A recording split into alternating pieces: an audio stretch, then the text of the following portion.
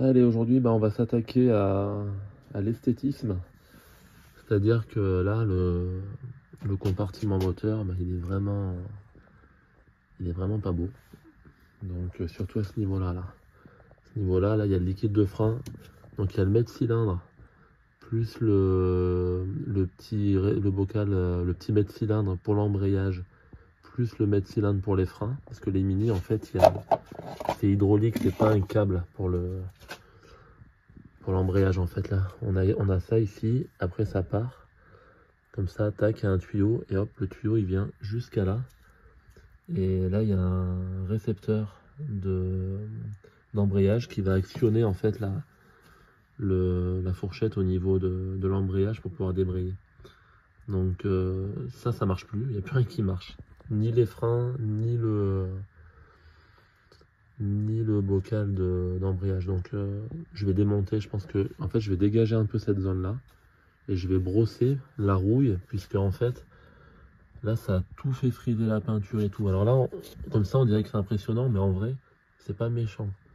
Et je vais nettoyer tout ça et je vais peut-être repeindre cette partie là, oui. Voilà, je vais faire une bombe à la teinte et je vais repeindre, parce que le reste c'est de la saleté, c'est pas catastrophique le reste. Voilà. Donc après c'est sûr, hein, si je voulais faire un truc magnifique, je tombe le moteur, je démonte tout, je ponce, je repeins tout le compartiment moteur et j'ai un truc parfait. Mais c'est pas l'idée pour l'instant. L'idée c'est de la faire rouler et que je puisse l'utiliser au quotidien comme ça et que ça soit pas trop mal. Et puis aussi, si un jour je la restaurais complètement, peut-être que je la changerai de couleur. Donc vu que je sais pas la couleur que je voudrais, donc pour le moment, c'est une petite réparation comme ça. Voilà. Mais ça sera bien fait quand même, hein, ça sera pas. Je veux que la rouille s'arrête. Voilà. Il y a ça aussi. Ça c'est tout ça là, il y a des plaques là, des renforts. Il faut que je les démonte. Je vais les repeindre en noir. Voilà, je vais voir. Le mètre cylindre, je pense que je vais en mettre un neuf ou acheter un kit de réparation. Je vais voir.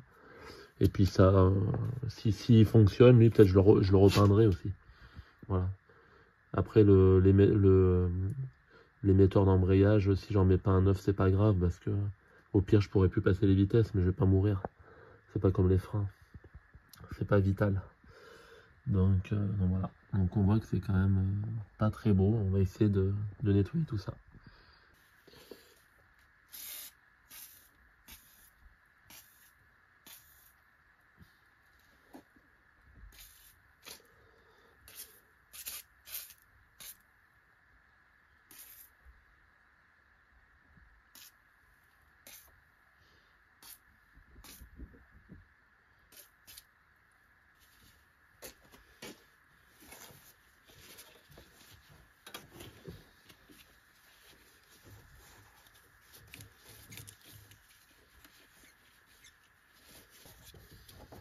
Là je suis en train de brosser la rouille sur les filets, parce que ça force tellement quand je veux dévisser avec la rouille.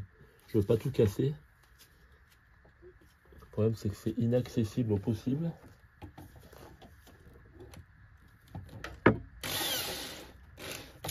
J'y arriverai pas.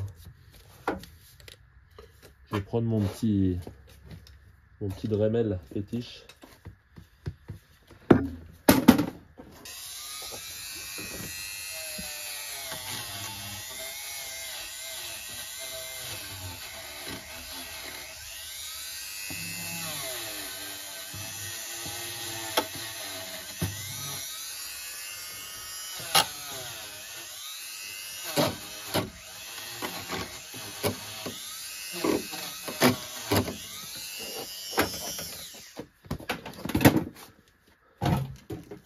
On va remettre un petit coup de dégrippant. Ça décape moins quand même fort que la perceuse avec la brosse tournante, mais bon, c'est mieux que rien.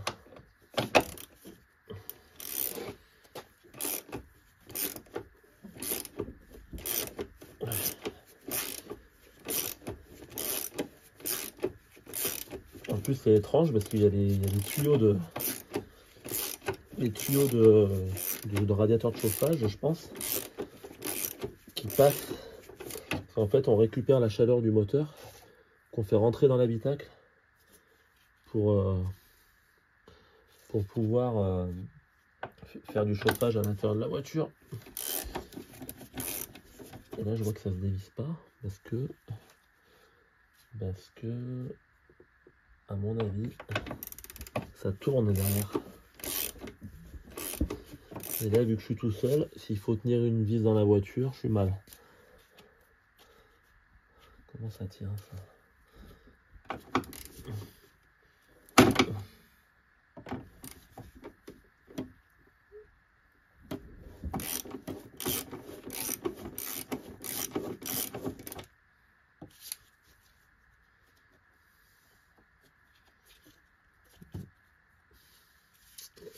Ah, là je tombe sur un mystère. Parce que là ça fait une traverse creuse. Comment ça marche? Faut quand même pas passer par là, par la roue.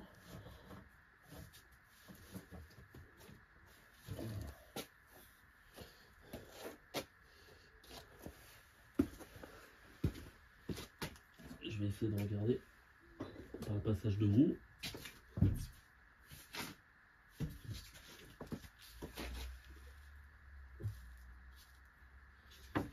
Mais non, on peut pas.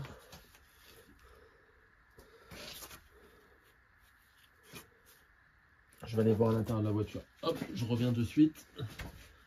Et s'il faut, vu que je suis tout seul là cet après-midi, si jamais il faut tenir la vis, ben je pourrais pas les enlever maintenant, quoi. Allez, je viens d'essayer la clé à choc là, juste là. Et ben ça se dévisse pas du tout. Donc ça tourne dans le vide. Alors je vais pas le démonter pour le moment. Je vais pas prendre le risque que la vis elle tombe dedans et qu'après je puisse pas le remettre. Donc c'est monté bizarrement. Ouais, c'est bizarre, c'est normal, c'est une voiture anglaise. Donc on va laisser comme ça.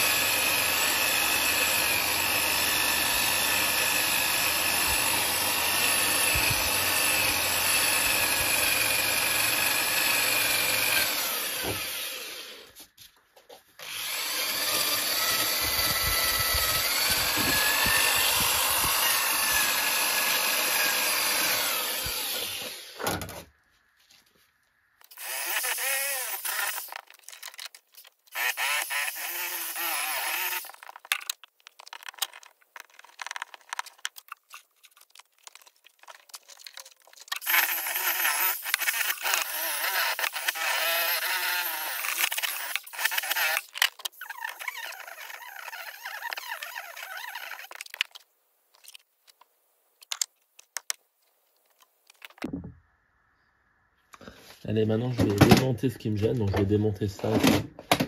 Donc là, on voit que ici, là, j'ai des raccords. Là, ici, j'ai des raccords où il y a du liquide de frein et du liquide d'embrayage, du DOT 4. Il faut que je les dévisse. Alors, ce qui pourrait arriver, c'est qu'on aurait envie de mettre une clé comme ça. Je vais prendre une clé de 11. C'est le bon diamètre, et là que je dévisse. Mais là, qu'est-ce qui va se passer dans 90% des cas? C'est que c'est tellement grippé que là, je vais forcer, je vais arrondir tout ça. Ça sera impossible à dévisser, impossible. Donc en fait, la technique, c'est vraiment de prendre une pincetto comme ça, vous voyez, qu'on peut régler, comme ça sert très très fort, avec des petites dents bien aiguisées, et en fait de venir chercher, faut la régler juste bien comme il faut, et en fait de venir régler pour que ça serre, mais sans écraser non plus. Voilà, comme ça, et là je le dévisse. Voilà, et là je l'ai dévissé. Et après je peux y aller avec ma clé plate après, vous voyez. Parce que si je fais pas ça, et ben à tous les coups on les foire. Et en plus, là, il n'est pas du tout abîmé, hein. l'écrou. Hein. Si vous le mettez bien sur les deux parties planes, en face à face, et vous réglez bien la clé, il n'y aura quasiment aucune trace. Ça sera parfait. Parce que le problème, c'est qu'une fois on a arrondi ça, vu qu'en fait cette partie-là, je vous montrerai après, elle est emprisonnée sur le tuyau rigide, il faut rechanger toute la durite, c'est la cata après. Donc, j'ai pas envie de... J'ai déjà bien assez de choses à changer. Je vais pas en plus casser ce qui marche, quoi. Donc voilà la technique. La technique pour dévisser ça. Alors ça marche pour tous ces raccords. Hein. Voilà, là on voit là. Voilà. Voilà, comme ça. Et celui du dessous, je vais faire la même chose. Donc, hop. Voilà, là je l'ai dévissé, j'ai senti. Je sais même pas si ça avait été bien serré fort, ça. J'ai l'impression que ça a été bidouillé. C'est pour ça que peut-être qu'il y avait une fuite, je sais pas. Mais je le sens mal, ce bête cylindre là. Je le sens très mal même. On va voir. Alors un bête cylindre comme ça vaut quand même super cher. Ça se trouve, hein, mais ça vaut très cher. Et j'ai vu, ils vendaient des kits de réparation pour rechanger les caoutchoucs, le ressort et tout à l'intérieur. Et ça, je l'ai jamais fait. Et j'ai peut-être envie de tenter quand même. D'acheter un kit réparation pour réparer le mètre-cylindre. Je vais voir s'il est pas trop... S'il est pas trop rouillé à l'intérieur. Je pense que je le ferai. Voilà. J'ai déjà refait des étriers de frein, mais j'ai jamais refait un mètre-cylindre. Pourquoi pas? Hop.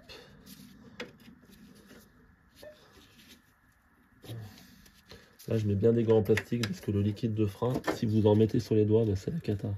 Après, ça pique les doigts, ça brûle pendant deux jours.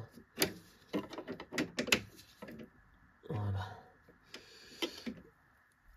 Là, c'est bon. Là, c'est bon. Là, il faudrait que je dévisse ici en bas. Je vais essayer.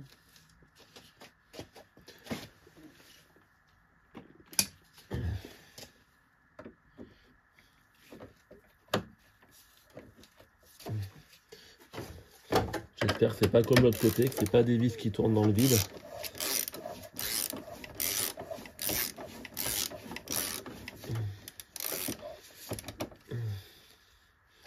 De ce côté, ça n'a pas l'air.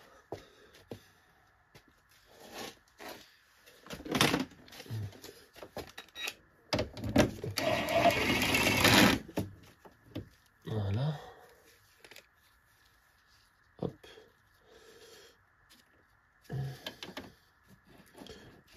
Là, il faudra que je me rappelle que cette patte de fixation, elle tient le câble, mais grâce à la vidéo, je pourrais le revoir.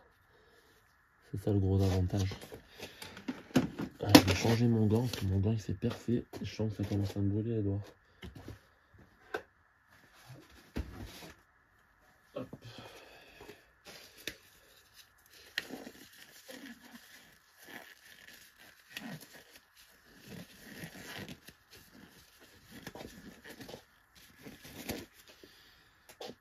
L'autre il va pas être facile à attraper. Hein. Il va falloir que je passe par au-dessus avec une rallonge.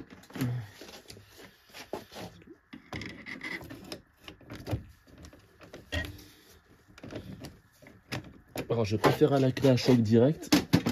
J'ai pas envie de tout casser. On va y aller au cliquet au départ. Ouais, c'est bon. Allez.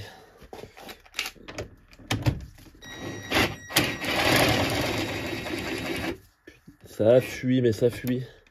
C'est un truc de fou. Genre, pas étonnant qu'il n'y ait plus de peinture, hein, que ça soit tout décapé là.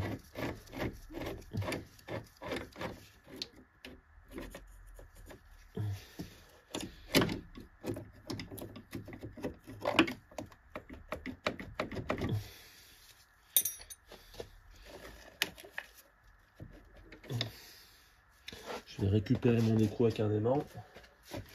Ou avec ma petite pince magique là. Ça c'est génial ça. Ces petites pinces comme ça là pour récupérer les... Hop, pour récupérer les... Ça vaut 2 francs 6 sous ça dans les magasins.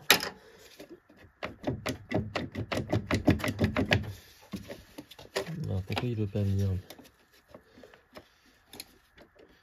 C'est quand même pas juste parce qu'il y a le tuyau là quand même.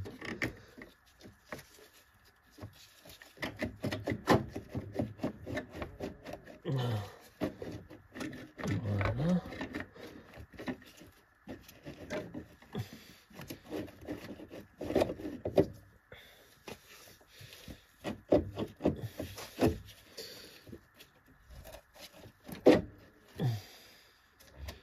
Comment c'est fait là? C'est peut-être pas fait comme je pensais. Ouais, c'est relié carrément, il faut que je le détache à la pédale. Parce que des fois c'est juste un truc qui appuie, il n'y a pas de liaison tout de suite. Et là il faut que j'aille dans la voiture pour détacher au niveau de la pédale le mètre cylindre. Donc là ça va pas être une partie de plaisir. Oui. Allez, j'y vais. Allez, après m'être battu avec le mètre cylindre d'embrayage, je viens de réussir à l'enlever. Bah, j'ai un problème, c'est que j'arrive pas à enlever la goupille du mètre cylindre de frein, mais une misère.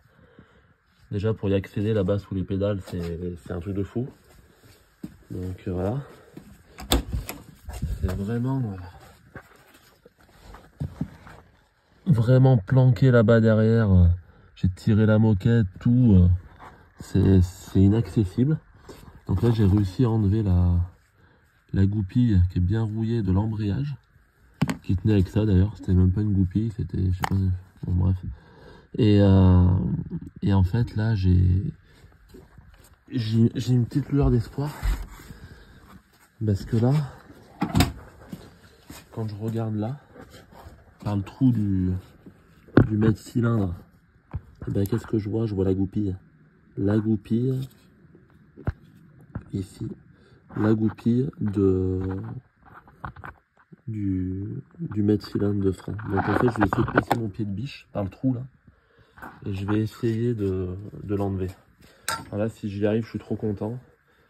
Parce que là, je suis en burn-out là. Il y a des moments, la mécanique, ça veut pas faire. Bah, c'est aujourd'hui que ça veut pas faire. Allez, je vais essayer de pousser là-dessus. Il faut que je prenne mon téléphone pour m'éclairer en même temps. Allez, on va le voir en live, voir si j'y arrive. Alors.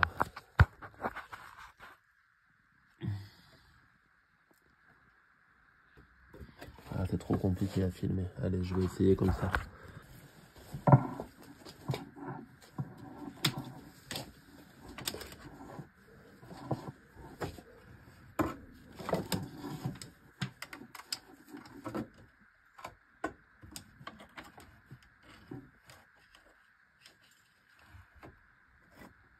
Ça bouge.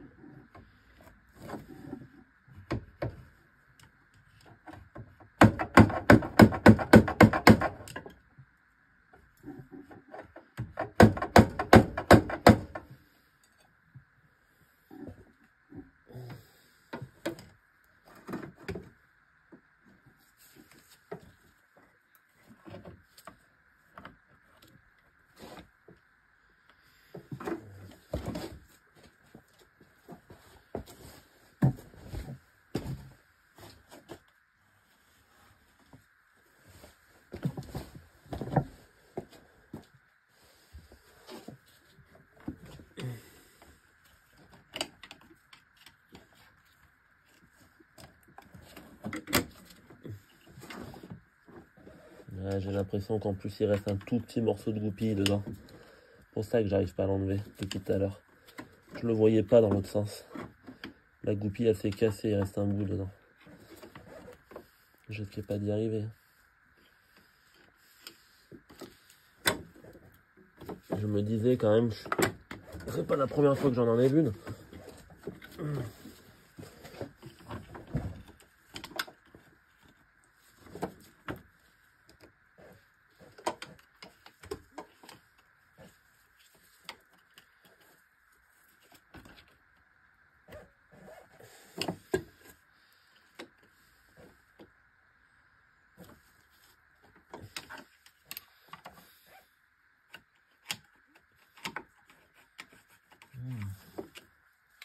Putain, mais c'est soudé, mais c'est un truc de fou. Hein. C'est un truc de fou. Hein.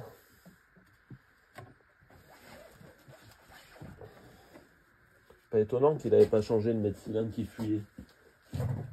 Le mécano, le gars qui a voulu le changer, s'est découragé. Il s'est dit, c'est pas possible.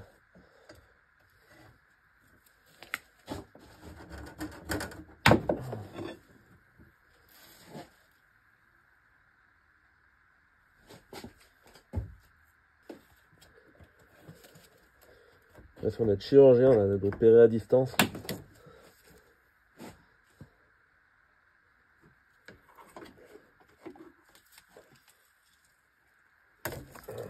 Toi, hop, on va te jeter, tu vas sentir tout pourri.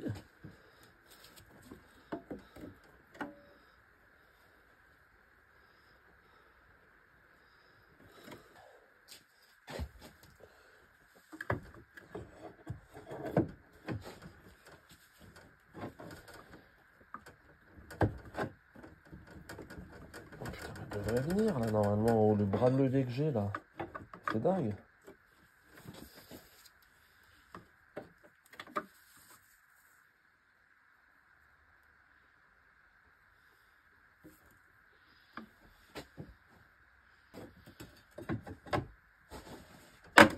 Ah putain, bah ça y est. Putain, mais c'était grippé, c'est pas possible. Excusez-moi pour les gros mots, mais je risquais pas d'y arriver. Hein. Vous avez vu, avec le pied de biche, en forçant comme ça, bah celui qui a essayé avec une pince à bec en dessous de la voiture, il risquait pas d'y arriver. Hein. Mais c'est grippé, mais à mort, quoi. À mort. Je vais te dégager tout ça, là. Je vais te mettre que des pièces neuves, là. Mettre cylindre et tout dérouillé, parce qu'un truc pareil, mais c'est pas possible, quoi.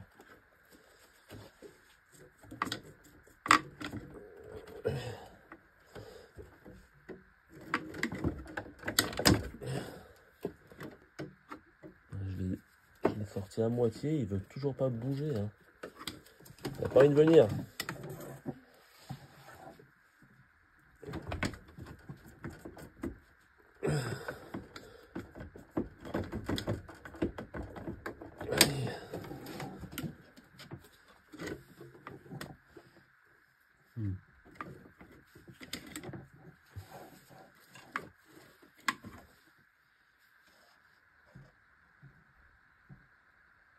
Il est encore au pied de biche pour sortir l'autre bout.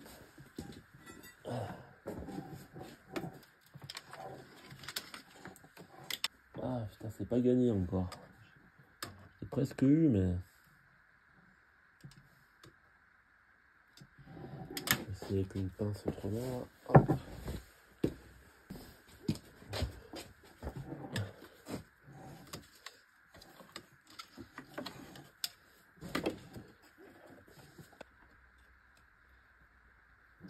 Je vais réessayer par l'intérieur.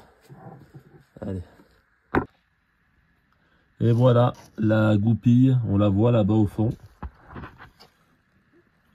Donc, je vais la récupérer. Je vais la récupérer.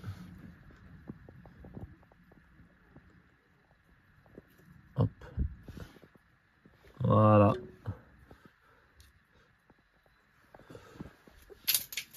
Voilà, 2 heures. 2 heures pour enlever ça. C'était soudé, mais bon. Allez. Là, maintenant, je vais pouvoir faire du boulot comme il faut, là, bien tout gratter, faire un truc bien joli. Je suis super content quand même.